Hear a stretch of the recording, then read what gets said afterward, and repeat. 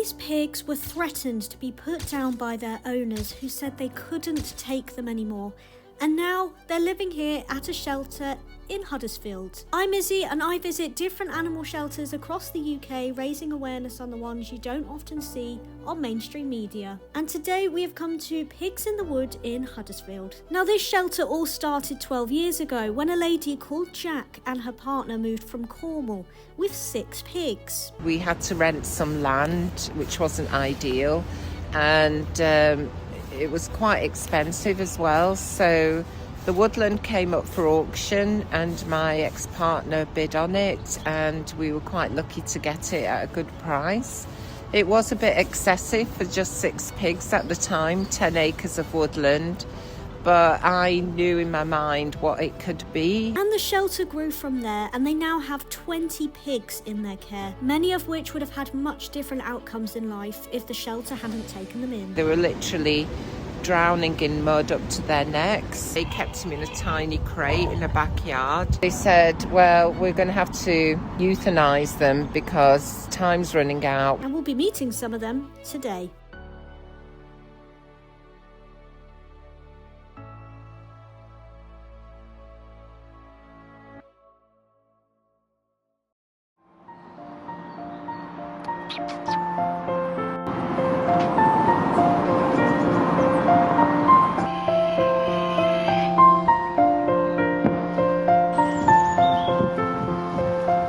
Who do we have here and how did they end up here? So we've got Rosie here, and we've got Daisy and Lily over there. So the 3 of them came together 2 years ago. It was October time, and we got an alert that they were in Kent. They'd been abandoned and their pen had got flooded, so they were literally drowning in mud up to their necks, and they had nowhere dry to sleep or eat. Local people were trying to give them bits of food. It's been like that over quite a few months. It just gradually got worse and worse, and we went to Norfolk and we got them out of there and brought them here, and that was 2 years ago. And now they've integrated really well. They're socialized with the other pigs. They found their own space amongst them all, and they're just so lovely and so friendly. They're doing really well. Dan, what's the code for the storeroom again? So this is Harry, known as Harry Trotter. He came to us he was one of the first pigs from a farm, I would say about 8 years ago now, as a tiny piglet. So he was given to somebody as a runt, but they kept him in a tiny crate in a backyard, and this person got reported to DEFRA, and the DEFRA inspector came out. And normally what she would do is take him back to the farm, give the farmer a good telling off and a hefty fine, because he broke the law basically. He didn't complete any of the licenses. But when she saw him and saw this cute little piglet, she didn't have the heart to do it. And she filled out all the paperwork, pulled out all the stops and brought him to us.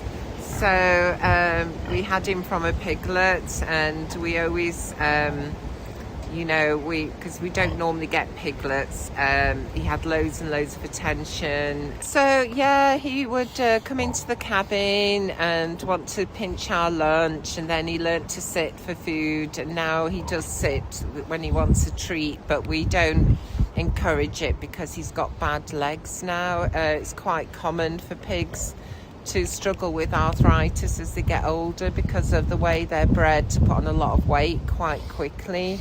So around 8 years old we start seeing health issues in pigs. We've had quite a few difficulties recently with feet problems, and we lost a few pigs last year.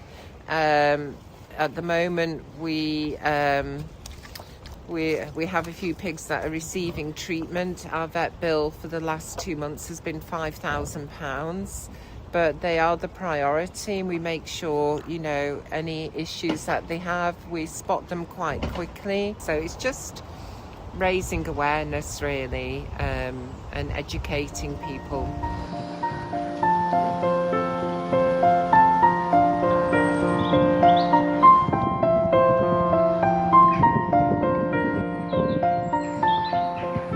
So here we have Pepe and George. These are typical unwanted pet pigs. People have bought them. They realise that they're too inconvenient for them and they haven't got the time. Even though they've had them for quite a few years, they no longer fit their lifestyle. So these came from a home where they told us they were moving. They couldn't take the pigs with them. They couldn't provide transport. We found homes for them. They both fell through because with them being pet pigs, we tend to leave them to it because it's their responsibility really.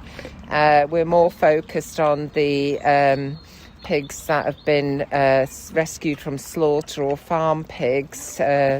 So we would, you know, go out of our way to rescue those. But we do think it's the responsibility of owners we can give them the contacts, but then it's up to them. So because they wouldn't transport, 2 homes fell through. And in the end, they said, well, we're going to have to euthanize them because time's running out. We're moving. We can't take them. So we drove up there. It was quite a distance away, and it was in a storm. We had an old car and a trailer, and we got there to find that they lived on a big estate with acres and acres of land. They even had a lake. They had about 4 or 5 Range Rovers. I was really quite gutted, disappointed when I got there, and we got them out with all the land that they had and all the shelters. They were in a tiny patch that was really filthy, had water running through it. They had a tiny metal ark with no straw. So they had the money, but they didn't, you know, for some reason, they didn't look after the pigs. I think, you know, they just didn't see it as, you know, as they would their pet dogs, that they needed the care and attention. And it's quite disgusting, really. And we took them. We didn't get a donation for them either. So I think, you know, some people are just quite ignorant. And they're quite, you know, it's easy for them to just pass the problem on to somebody else and not have to deal with it, because it's that kind of, again, association. You wouldn't do that with a dog, you know, and pigs are no different. They're family members and should be treated. If you're going to move, you need to adapt and find somewhere that's suitable for them. They're just not a commodity that you can leave behind. But obviously it's easy for some people to do because, again, they can disconnect from them as being pets or family members, and yet they're so intelligent, and so they're here.